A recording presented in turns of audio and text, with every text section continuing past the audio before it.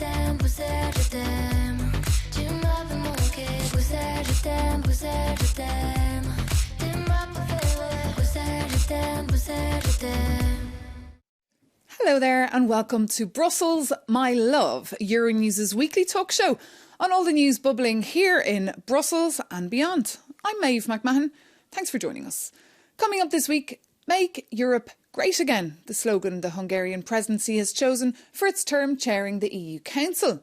Presidencies are normally quite technical, quite administrative, but Prime Minister Viktor Orbán hopes to control the direction of the ship over the next 6 months. He's even set up a new far-right group in the Parliament, Patriots for Europe. Will he succeed in making Europe great again? We'll find out. And Ursula von der Leyen, Kaja Kallas and Antonio Costa, the trio set to lead key EU institutions for the next 5 years. The Council says it wants Ursula von der Leyen to continue to head the Commission, while former Portuguese Prime Minister Costa chairs meetings of EU leaders. Estonia's Kallas would become EU foreign policy chief, assuming, that is, that she and Ursula von der Leyen win backing from the European Parliament. What energy will this new constellation bring? Do they have the vision and authority the EU needs? We'll find out with our panel this weekend. Shada Islam from New Horizons Project, a Brussels-based communications company. Richard Schenk from MCC Brussels, a Hungarian think tank. Thanks for having me. Welcome. And Antonios Nestoras from the European Liberal Forum. Thank you so much to you all for being with us here. But as usual here, just some context on the big story of the week before we hear your views. Move over, Belgium, it's time for Hungary. From July to December, under the motto Make Europe Great Again, Hungarian civil servants will be busy. The EU presidency offers a host of opportunities for Budapest, from redrafting legislation to showcasing the country.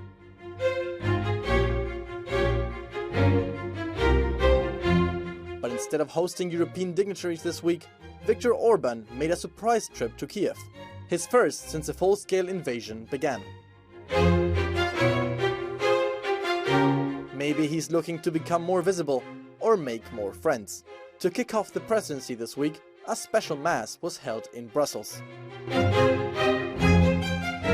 Meanwhile, Orbán is trying to find a political family for his MEPs, who currently sit alone in the European Parliament.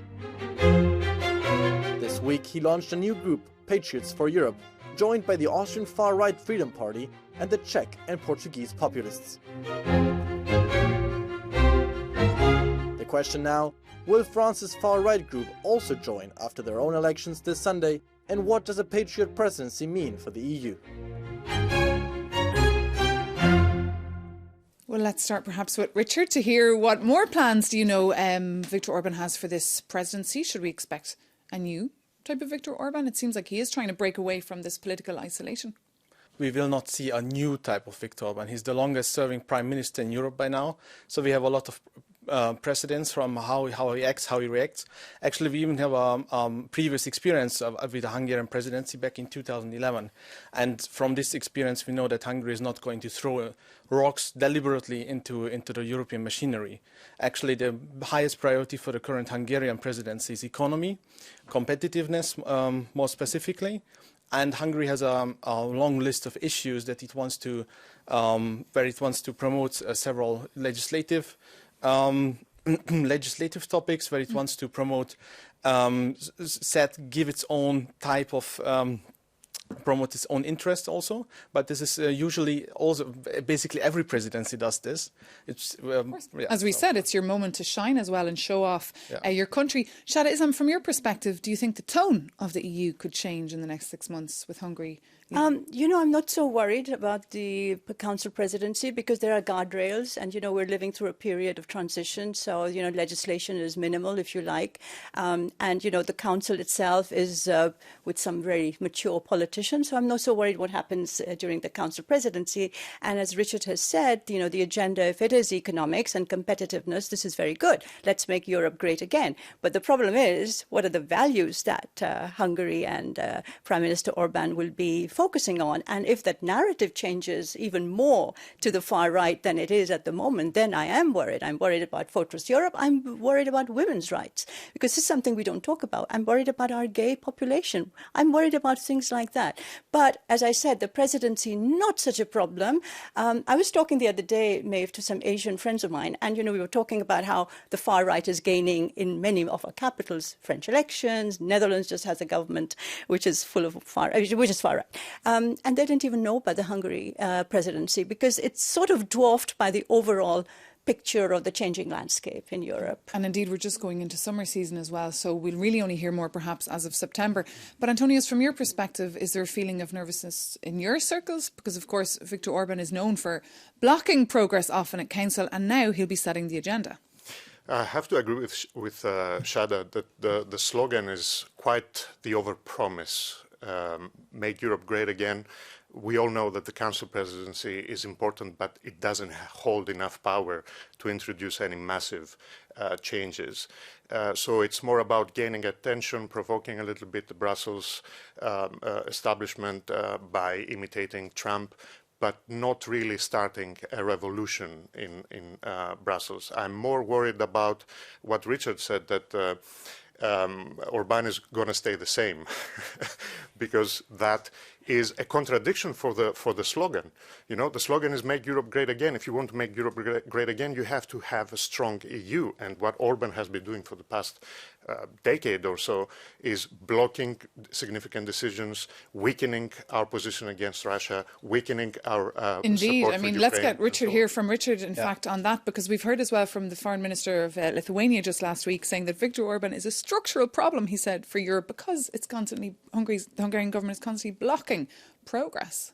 Well, if you look at the balance of the European economic policies in the last 5 years, it was not a string of successes, to put it mildly. We lost a lot of ground compared to other industrial states, developed economies in the world, compared to the USA most prominently. And this is exactly where the Hungarian presidency's claim that we need to regain the initiative comes from. So, and if Orbán is going to stay the same in the sense that he always had a very strong focus on economy back domestically. This was hidden from international audiences, but actually, if you look in the group of European states that has been the most successful economically, it was the Visegrad group of states. Hungary is no outlier, neither to the better nor to the worse in this regard. And this was the key to cement his government at home.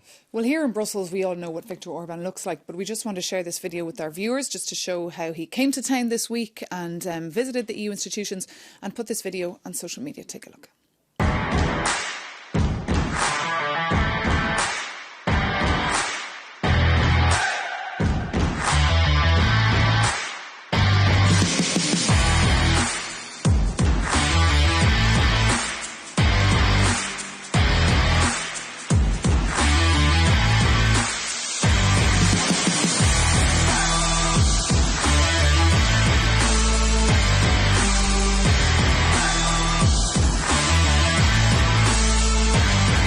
Quite a video, right, compared to the often very dull videos we see coming out of the EU institutions. Yeah. What image is Viktor Orbán trying to convey here? Well, rock star, right? But does he realise that Queen and Freddie Mercury were actually, Freddie Mercury was an immigrant? If this is rock, we will rock you, right? Does he realise that he's giving the visibility to dear old Freddie Mercury, one of the best pop stars, rock stars that Europe has ever produced, who was born in India or in Zanzibar? Wow, I love it. Well, this is a fundamental misunderstanding of his communications, because for many people who are his opponents are projecting their own political style onto his communications. And for Viktor Orbán, and also for his voters and his core electorate, to be honest, these are topics that are not very high on the agenda in the very first place. As I told, these are people who are oriented materialistically in a good sense of way, who are struggling to find job, not struggling, but they want to earn higher wages, they want to have secure jobs, they want to build their own houses. So this is his core message. And but is it a bit all style and no substance? It's Orbán who usually says, I don't look at what they say, I look at what they do. And this is what we're going to do as well. We're going to look at what he does and not what he says or what his style is or what he's wearing or what kind of music. No 1 minute video is conveying a lot of action. The Hungarian presidency has its documents, has a program, has prepared, like every presidency, everything in advance. If you want to look into the substance, obviously you need the longer documents that go into detail, but a 1 minute video is never going to convey. But the music is so, I have to say the music is fantastic, right? But why is he using Queen and Freddie Mercury? Because they are popular songs. Many people have heard these songs before.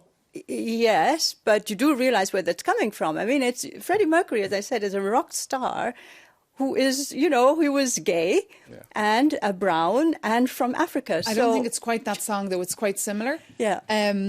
Okay. Maybe not. But we can indeed. You talk about substance. Let's take a look at the priorities of the presidency, because, of course, every rotating presidency gets to put out their priorities. And the big focus for Hungary, they've said, will be on an enlargement policy, merit-based, stemming irregular migration, and also a farmer-orientated EU agricultural policy and addressing demographic challenges. So could we see the Hungarian presidency reopen the migration pact, for example?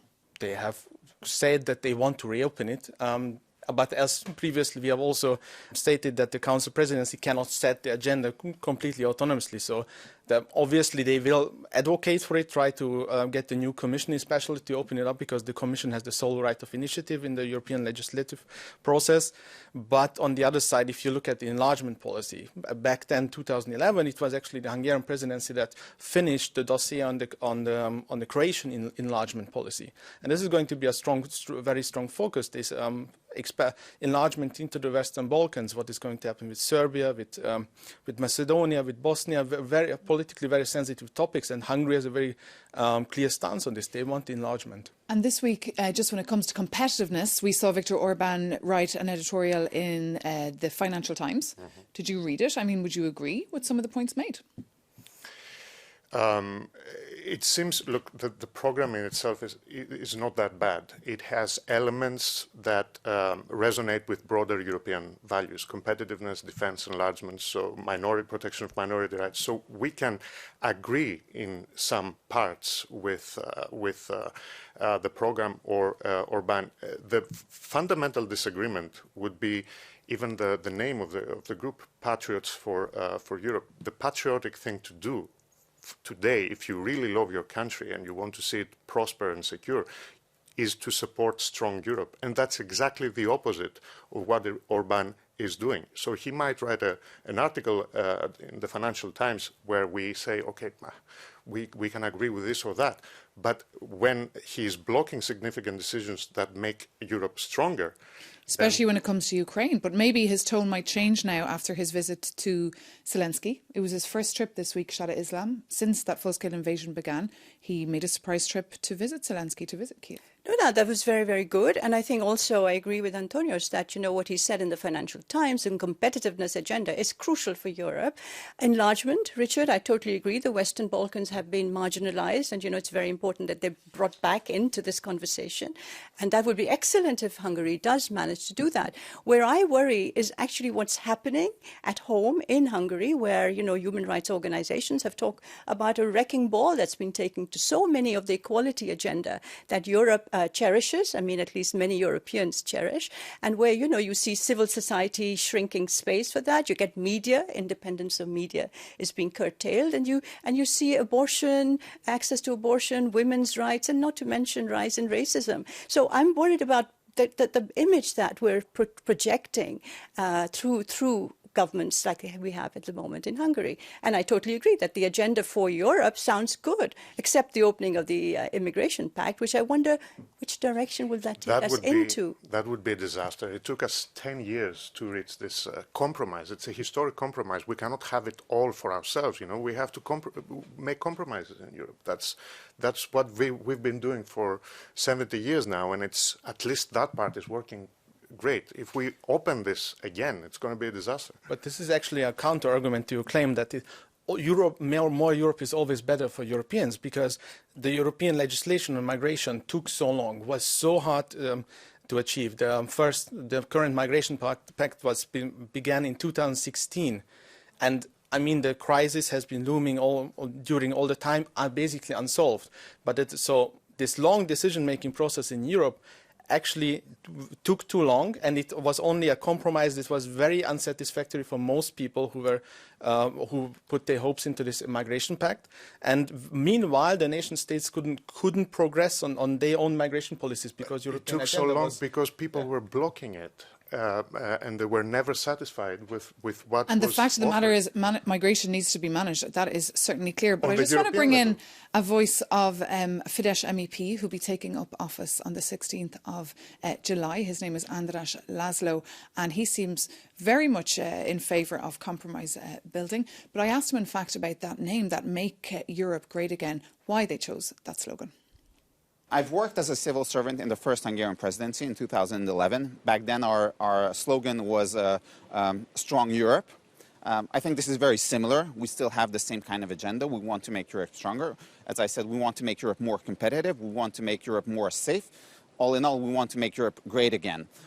If this is provocative to some, I think that's a good thing because it draws attention to the priorities. It draws attention to the fact that Europe is indeed facing very severe challenges. So it is really time to make Europe great again. So that's the Hungarian MEP, Andras Laszlo, there defending that slogan, promising that it is time to make Europe great again, and that is the slogan that they have chosen. But I think just going back to the concerns that Shada Islam made earlier, the thing is, the European Parliament as well, back in 2022, said that Hungary was no longer a full democracy, and we have seen a lot of collision courses between Brussels and Budapest. Could these next 6 months, Richard, be a time to iron these issues out? Certainly, certain specifics about this long ongoing debate regarding rule of law and media, and this is actually this was already present in 2011 in the previous council presidency of Hungary. Back then, it was a media law that basically dominated the public discussion on this issue. I don't think, though, this is going to be directly linked to the Hungarian presidency. Actually, it limits its role to negotiate on these issues because it has to act as an honest broker between member states as well. So in this regard, the hands of the Hungarian presidency are even more tight than before. Indeed, it has to act as an honest broker and be the chair, sitting around the table, bringing people together. But we were also curious to know if people over in Hungary were aware that they would be in the spotlight for the next 6 months. So Euronews' Adam Magnar took to the streets of Budapest to ask them. I don't think that's good for Europe as a whole. He's not accepted anywhere. He's not accepted in the whole EU. Now he's trying all sorts of actions, but it's not going to work. What's happening here in Hungary now, you can call it what you want. The suppression of democracy. Whatever you want to call it. We're not going to get the money until we change the internal affairs here. I don't think there will be negative consequences, but it certainly won't be positive. I don't have a very strong opinion on that. Obviously, it's our turn, as other countries had their turns. That's all. Actually, I don't think it will be that big of a change. It's just a mandate. It doesn't really have that much significance. I don't follow the news much. I watch the European Football Championship, that's it. Well, mixed views, but impressive how most people were at least aware of the rotating presidency. But many worried about of the power that it has. Yes, really well-informed citizens there of Budapest, but some concerned as well about the funding. And of course, this funding blocked now. Important recovery funding is still blocked. It's on hold because the Hungarian government still needs to comply with a number of rule of law issues. Perhaps we might see a transformed Hungary now. Well, you know, I love Hungary. I love Budapest. I go to Budapest very, very often for work, and I've met people like this, so informed, so experienced, and know all the things. So, this does not come from a place where you're looking down on a country. On the contrary, I look up to Hungary for many, many things. But it is true. At one point, it was very easy to blame Prime Minister Orbán for racism in Europe. Now that we have a panoply of parties, far-right parties, France, Italy, Netherlands, I think Mr. Orbán doesn't stand out as such a bigot, because there are bigots everywhere. And that normalization of bigotry and racism and far-right ideas and ideals, that is what really worries me. Well, we keep an eye on everything happening and keep reporting on it, but we must, I'm afraid, close this conversation. Stay tuned, though, to Euronews, as in a few minutes we'll be back to tell you what Antonio Costa, Kaja Kallas and Ursula von der Leyen have in common.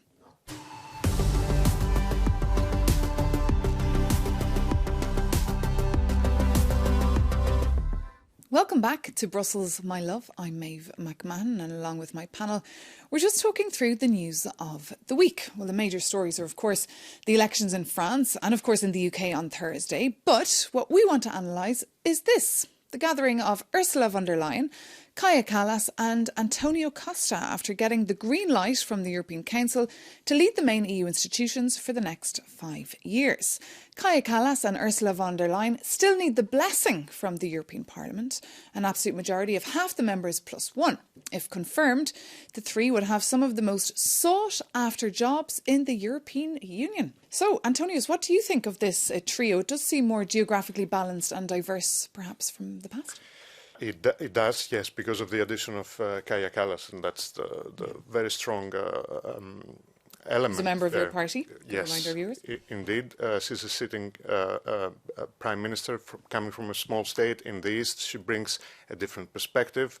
That is very important. She also brings a deep knowledge of Russia, which is crucial under the current circumstances. Now we are at this point where both the leader of the EU diplomacy and the NATO chief, the Secretary General, come from the same party. Mark Rutte, who was just, Exactly. So that would be, I hope, beneficial for the collaboration and the smooth cooperation between the two organisations, which we always wanted. And which we will see a lot as defence is prioritised over the Exactly. next 5 years. More cooperation between the EU and NATO. Richard, what's your take on that trio? Well, this trio is confirming the worst prejudices on Europe in this regard, that politicians who struggled at the national level are escaping to Brussels to continue their careers. Kaja Kallas is struggling in the polls after a scandal around her husband back in Estonia. Her party suffered a defeat in the European elections at home. Now she has been promoted to a European top job. Antonio Costa, the same. He had to resign because of a corruption scandal back home. Now he is a candidate for a EU top job. He has been already elected. Ursula von der Leyen was supposed to be the successor of Angela Merkel back in 2019. Then she changed her positions to a Brussels top job. And I think it's a very, very bad sign for the people outside of the EU institutions if we say, if you are struggling at home, you are not performing according to the expectation of the voters. So who should lead then, in your opinion? Well, to take some successful prime ministers who have a track record of being successful at home, or ministers who have a track record of being successful. You can think of a few names and we bring in Shada. Mm-hmm. So for me, I think it's a good team, right? But my concerns are a little different because I look at the world and Europe from a global point of view as well, right? And I think Ursula von der Leyen has done a great job on Ukraine, absolutely. But when it comes to Gaza, I think she has, even in the words of Josep Borrell, been very pro-Israel to the point where she's actually destroyed and eroded Europe's credibility as a player in the Middle East. So I think that's damage that the global south will always remember. And Kaja Kallas, what I do worry about, my concern, knowing Russia and Ukraine is very good, but we live in a very complex, complicated, multipolar world. And does she have the experience, the knowledge? Does she have the hunger to learn about the world outside Europe? So those are my concerns. For Kostas, if I may just say, I think he changes the colour of European leadership. We don't talk about it very often, but he is of Goan extraction, some Mozambican blood there too. So Brussels so white finally has a leader who is not so white, and hopefully not in his head either, in the way he looks at the world. That I have to say I'm very happy about. Well, hopefully they'll have some good advisors, and Kaja Kallas as well. Well, just I wanted to bring in another opinion because, of course, not everyone supports this trio, like Richard here as well around the table. Viktor Orbán voted against Ursula von der Leyen, and Giorgia Meloni, the Italian Prime Minister, abstained. And to find out why, our Rome correspondent George Orlandi asked a member of Brothers of Italy. L'obiettivo delle nomine a livello europeo è quello di The goal of the top EU job appointments is to acknowledge the message that has come out of the polls, which says that both Macron's and Scholz's policies have been rejected. perché principalmente queste politiche sono bocciate. That political programs have been opposed nationally, both by French and German voters. Quindi non si vede una ragione sola per cui si debba ostentamente tenere. We don't see why we should still believe in the existence of the Franco-German axis, when it has already been demolished by voters in both countries. Demolito dagli elettori dei due paesi. Tommaso Foti there, an Italian MP from Brothers of Italy, the party of Giorgia Meloni that won 24 seats in the European Parliament elections. So it's not a given, Antonios, that Ursula von der Leyen or Kaja Kallas will get the majority of MEPs to get them over the line. No, it's not a given. And again, it's an indication that this whole system is based on compromises and political deals. Maybe we don't like it, and I can agree with all the criticism. I can find criticism for der Leyen and Antonio Costa as well. Everybody can. But in the end, that's how the system works. If we don't like it, we have to change it. The EU needs reforms as well. I absolutely agree. We need a stronger European Parliament. We need a proper presidential election. This Spitzenkandidat is not working as effectively as it should. But we need to agree first that we have to make the Europe that we great want. again. Yeah. If we have that luxury of time, which I feel like we're running out of time on so many fronts. If this is a bit of contradiction. If you say that the European Parliament should be given more power, look at the results of the European Parliament elections. The Greens have been the biggest losers of this election. They have suffered heavy electoral defeat.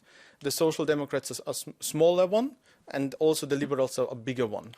EPP actually did fairly good. And now could Patriots for Europe be the second biggest party, you think? New party? The negotiations are still ongoing. There's going to be a major announcement on Thursday on the progress of this issue. But the Patriots for Europe group is evolved around a regional cooperation and mutual understanding. It has a way bigger long-term commitment than many people currently state. They want to also fund a European party around it, want to have all the institutions that the other political groups have, like think tanks and foundations. So this is going to be a long-term commitment that's going to be expanded. That's the plan. They want to expand it step by step to include more and more parties. Okay. I'm sorry, but I don't understand.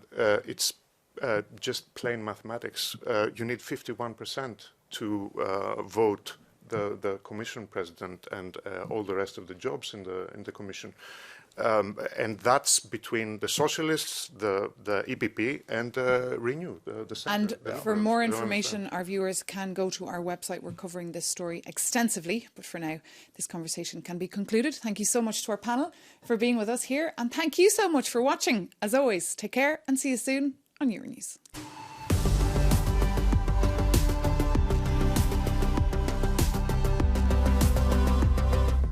Welcome back to Brussels, my love. I'm Méabh Mc Mahon, and along with Shada Islam, Richard Schenk and Antonios Nestoris, we're taking a look back at the stories making news this week. And one that we really liked was this: Vienna topping the charts again as the most livable city in the world, according to The Economist, followed by Copenhagen and Zurich and Melbourne. So have you seen this ranking? Would you agree, Richard? Certainly, as somebody who is coming from the Central European region, living along the Danube my whole life, Vienna has always had a special place in my heart. I like the city very much, and it is indeed very livable. But on the other side, it's also a kind of a microcosm for the struggles European cities have. For example, it has been criticized by not hosting any major sports events in the recent time. And we should ask ourselves if why the most developed cities, the most livable cities, are actually not, there are no majorities anymore for hosting a bigger sports event. I think because they're focusing on their people. Well, that's certainly what Marina Hanke told us. She's an Austrian politician that we had a chat with to find out why her city is just so perfect for the citizens. We especially care for women in our city and want that they have no worries in their life and can live a self-determined life, and therefore we adapt what we do in our city. Like, for example, we have a cost-free kindergarten from 0 to 6 years. We have opportunities for careers for women in the working place. We have an annual public transport system, for example, with a price of €1 per day. Our municipal waste company and our municipal energy company, they work together very strongly. And in addition, I think one of the most important things, 1 million people in Vienna live in social and affordable housing. Marina Hanke there, a member of the parliament in Vienna. Shada, what makes a brilliant city in your eyes? Diversity, right? And where you can eat what you want, wear what you want, pray where you want, or not pray where you want. That's, for me, an ideal city. And for me, Brussels is great. Brussels is my love. Even though Brussels dropped in the ranking, I think last year it was 30 and it went to 35, Antonius. I know. What happened? Is this a segment where we complain about Brussels? And No. No? Therapy. Okay. No, we love Brussels. I love Brussels apart from the climate. I was just joking. I have two things to say. The one is that they spend a lot of money in Vienna. They spend a lot of public money in Vienna. That is good. I'm not against it. But that means that we have to have the money first. So we need growth, we need prosperity, we need industry, we need competitiveness in order to have money to spend for public purposes. That is the first. And the second, what makes a city great? I would say also technology. We have so many technological advancements. They can help us with waste management. They can help us with crime. They can help us with traffic management. This sounds like decades away, I feel. I mean, because you need the political structure in place as well. It always comes to that, political will and making the changes. But it's also interesting, sorry, if I may just, it depends on who you interview as well, right? This was a wonderful young white woman. I wonder if you talk to a woman who wore a hijab or a woman who was black, I wonder if she would say exactly the same thing. All of our polls, opinion polls and our surveys, The Economist among them, talks to a very, I would say a majority of people, of course, but then the minority gets more and more marginalized. So I was, this is something that is extremely important. We cannot forget that Europe is diverse. And I would like Prime Minister Orbán to remember that as well. Richard? Well, this is a very big gap between the EU Council presidents in Vienna. What Vienna was always a very diverse city. It was the heart of the Habsburg Empire. And the Austrians are actually very proud of the diplomatic tradition between the different cultures, for sure. On the other side, to be honest, Vienna also had some not so good experiences with diversity, but I don't want to open historical. And we do stuff. not have time. Yeah. Okay. But good. thank you so much to our guests for being here. Shada Islam, Richard Schenk and Antonius Nestoris. Thank you for being with us here on Brussels, My Love. If you have any comments or remarks that you would like to share with us, please reach out. Our email address is brusselsmylove@euronews.com. We're also on social media, so don't hesitate to get in touch. Take care and see you soon.